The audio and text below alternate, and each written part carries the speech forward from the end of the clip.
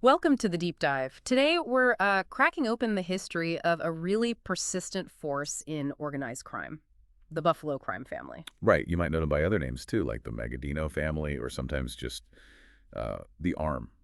Exactly. And we've gathered, a bunch of news reports, some book excerpts, stuff that charts their course over, well, more than a It's century. a long time. It is. And our mission basically is to pull out the key insights, understand how this group has survived, how it's evolved. Yeah, what really jumps out from these sources is just how long they've lasted.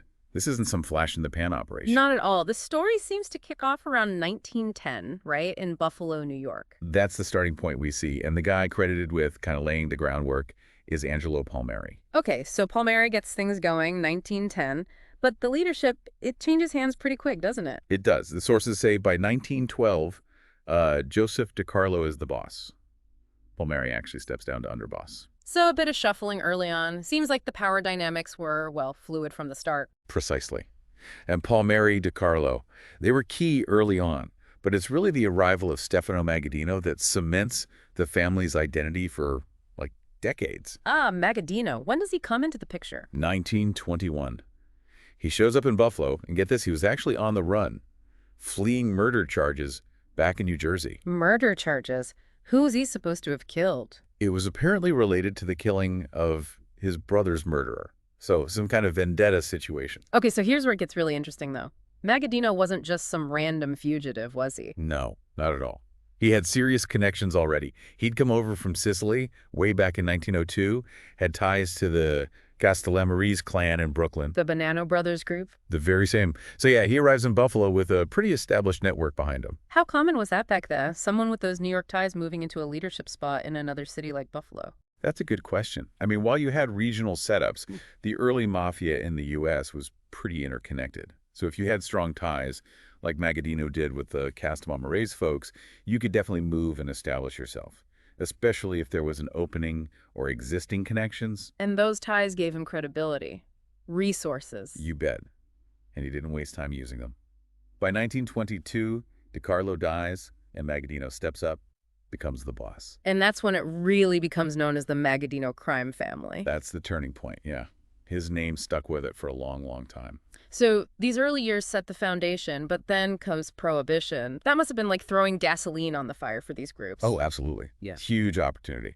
Bootlegging, illegal alcohol, it's consistently mentioned in the sources as a massive moneymaker for the family then. Makes sense. But Magadino, he was thinking bigger than just local booze sales, wasn't he? He absolutely was. In 1931, he becomes a founding member of the commission. The national ruling body for the Mafia. Basically, yeah. Setting policies, settling beefs between families, nationwide stuff. Buffalo had a seat at the top table right from the get-go, thanks to him. And he had a powerful ally there, too, his nephew, Joseph Bonanno. Right. Family ties, again, playing a huge role. The sources also mention this really fascinating decision by the commission about Canada. They, divided it up? Yeah, they basically carved up control. Ontario was assigned to Buffalo's territory. And Quebec. That went to the Bonanno family, his nephew's crew. Wow, that's a massive territory across an international border. Was that like a smooth agreement, or was there pushback? The sources kind of suggest it was mostly down to strategic alliances, power brokering on the commission. There might have been debates, sure, but the fact that Buffalo, which was, smaller than the New York families, got Ontario, it really speaks to Magadino's influence. Okay, so moving along. The sources point to this long stretch, decades really, where things were pretty stable under Magadino until the 60s. Yeah, things seemed relatively calm on the surface, but then internal problems started brewing. What kicked it off? What undermined his authority after all that time? It's kind of wild how it happened. In 1968, law enforcement finds this big stash of undeclared cash. How much? $500,000. Hidden in Magadino's funeral home, he owned one, and his son's attic. Okay. And why was that such a big deal internally?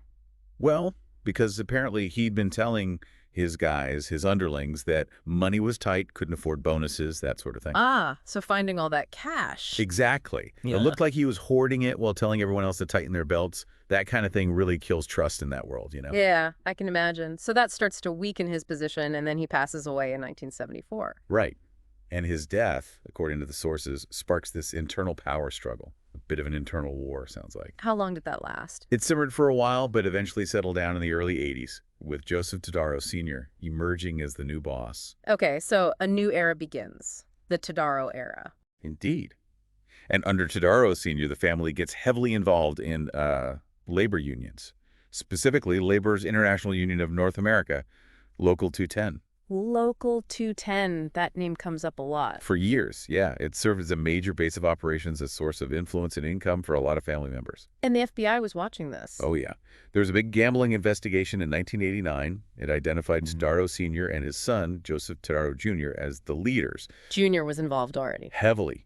The feds believed Jr. was pretty much running the day-to-day operations by then, with his dad semi-retired. And what were they accused of besides gambling? The whole gamut, really. Yeah. Labor racketeering tied to Local 210 bookmaking, loan sharking, even narcotics trafficking. The investigation estimated the family had about 45 members at that time. How exactly did controlling a union like Local 210 help with racketeering? Well, you can imagine. Influence over hiring, contracts, maybe ensuring businesses tied to them got work, or shaking down other businesses, plus potential access to union funds, resources, lots of angles. And that investigation, it also kind of stumbled onto their drug operations. Yeah, inadvertently. They had a wiretap in a union official's car back in '88, and it helped them take down the Torina drug ring. Which was big in Buffalo. Apparently quite significant, yeah. Yeah. Cocaine distribution. And the investigation even uncovered this drug pipeline stretching from Las Vegas to Buffalo. Vegas again. That connection keeps popping up in Mafia stories. It does. Vegas, with the casinos, cash flow, transient population. Yeah. It's always been a hub for organized crime, for money laundering, other business. And the Canadian connection was still strong, too. Very much so. In 1990, Canadian police arrested a bunch of suspects, 14 of them, with ties to organized crime in Buffalo and Niagara Falls, Ontario. And the implication was? That for any major criminal stuff happening in Southern Ontario, you basically needed the okay from the Buffalo family. They still held sway across the border. Which makes sense, given that old commission ruling about territory. Exactly. It shows how these spheres of influence could persist for decades. Okay, but then we get into the late 90s, and the picture gets a bit murky. Some reports suggesting decline. Yet there's this one report from 1998 calling them the withered arm. Sounds pretty final, right? It does, but then... But then, just a year later, 1999, intelligence pops up about a new crime lord linked to the Todaros taking charge in Ontario. And this guy was forging alliances with outlaw biker gangs. So reports of their death were greatly exaggerated. Seems like it. Or at least they were adapting, which raises that key question, right? How do we actually measure the strength of these hidden groups? It's tough. Arrests can disrupt things, obviously. For sure. But the networks, the desire for profit, that often remains. And aligning with bikers, that shows flexibility, resilience. Just because they're not making headlines doesn't mean they're gone. And the late 90s also saw some real violence up in Canada, didn't it? Yeah, big stuff. Yeah. The murders of Johnny Papalia and Carmen Barriaro. And who was behind that, according to the sources? Reportedly ordered by the Musitano brothers. Apparently, they were fed up with paying tribute, kicking money up to the Buffalo family. Wow, so that's a direct challenge to Buffalo's authority in Canada. Absolutely. It highlights the tensions, the power plays. It wasn't just Buffalo calling all the shots. Other groups were willing to push back violently. So, despite these challenges, the decline narrative, the family was still involved in schemes. You mentioned Vegas again? Yeah, there was this Las Vegas HOA scam that came to light, and it had ties back to figures connected to Buffalo. HOA scam, like homeowner associations. Exactly. The details in the sources are a bit thin, but usually those involve rigging contracts, embezzling funds, kickbacks, that sort of thing. It just shows their reach, leveraging connections far beyond Buffalo. And back home, that local 210 issue just wouldn't go away. Another lawsuit in '99. Right. A civil racketeering case naming Todaro Sr., Todaro Jr., and others, all tied to their control over Local 210. It just shows how deep those hooks were in the union. Seems like a constant battle for law enforcement. Definitely. Dismantling that kind of entrenched influence takes persistent effort. So leadership changes again. Todaro Sr. reportedly retires around 2006. Yeah, that's the timeline given. And then there was speculation about who's next. Leonard Falzone's name came up. And Todaro Jr., obviously. Right. Well, Todaro Sr. passed away in 2012. Falzone died in 2016. And after that, Joseph A. Big Joe Todaro Jr. was confirmed as the boss. So the son eventually did take over officially. It looks that way. And some of the more recent events are really quite telling about their continued operations, maybe even an evolution. Like what? Well, this 2017 RCMP operation in Canada, codenamed Project Outremer's, it busted ongoing drug trafficking, and the people involved had long-standing ties to the Buffalo mob. Okay. Any key arrests? A big one was Domenico Violi. He had links to the Lupino family up in Hamilton, Ontario. And why was Violi's arrest so significant? Because of what came out through wiretaps during that investigation, it was huge. What did they hear? They recorded conversations revealing that just a few months earlier, in October 2017, Joseph Todaro Jr., the boss in Buffalo, had appointed Violi as the underboss of the Buffalo crime family. Wait, an underboss based in Canada? For an American mafia I family? mean, exactly. First time a Canadian apparently held such a high rank in any American La Cosa Nostra family. Yeah. And it supposedly happened with the blessing of the commission. The commission signed off on this. Wow. Yeah. And the sources even mention he supposedly beat out like 30 other candidates for the spot. 30? That suggests the family is still pretty sizable then, if there are that many potential candidates for underboss. That's a reasonable inference, yeah. It counters that withered arm idea pretty strongly. And getting the commission's approval, that just underlines how significant this move was strategically, focusing on Canada. And the violence in Canada didn't stop there, did it? Things still seem tense. No, it's ongoing. The murder of Cici Lupino in 2019, another attempt on Pat Musitano's life. Mm-hmm. It all points to continued power struggles. And Buffalo's influence is still a factor. Seems like it. The idea persists that you still need Buffalo's nod for major moves. And Violi himself, the underboss, was reportedly recorded discussing plans to whack Pat Musitano. Man, it's a dangerous game up there. It really underscores that competition for power and territory is constant, even if the names change. Buffalo's continued involvement, even appointing a Canadian underboss, shows there's still a major player in those Canadian conflicts. It's interesting, though, how law enforcement sometimes seems to have different takes. You mentioned an FBI statement in 2017 suggesting the Buffalo Mafia was basically done for. Right, there was that perspective. But then you have these more recent RCMP actions, Project Outremer's, the Violi appointment, and even other FBI involvement suggests continued activity. Like that murder in Hamilton in 2018, Albert Ivorone. Yeah, that was linked to the ongoing mafia war there. And there were whispers, connections maybe to the Los Angeles crime family, which apparently caused some friction with Buffalo. Los Angeles, so it's not just New York and Buffalo involved. It highlights how interconnected things can be, sometimes in unexpected ways. Yeah. Conflicts in one area can draw in or affect families across the continent. It's a tangled web. Okay, so let's try and summarize the current picture based on these sources. Leadership today.